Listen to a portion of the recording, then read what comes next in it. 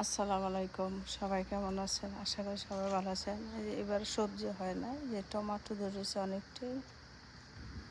এখানে এটা হচ্ছে মরিচ, আর এখানে হচ্ছে কচু গাছ,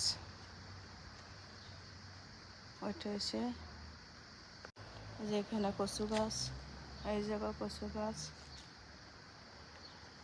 লাল শাক, এই যে টমেটো অনেকটাই ধরছে এরকম টমেটো।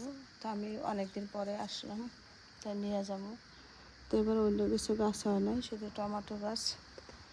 এই যে পাঁচ শাক, কলমি শাক, এই যে লাল শাক, হালকা পাতা যা হয়েছে।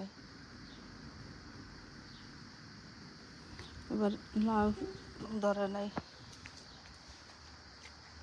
এটা মরিচের ছাড়া।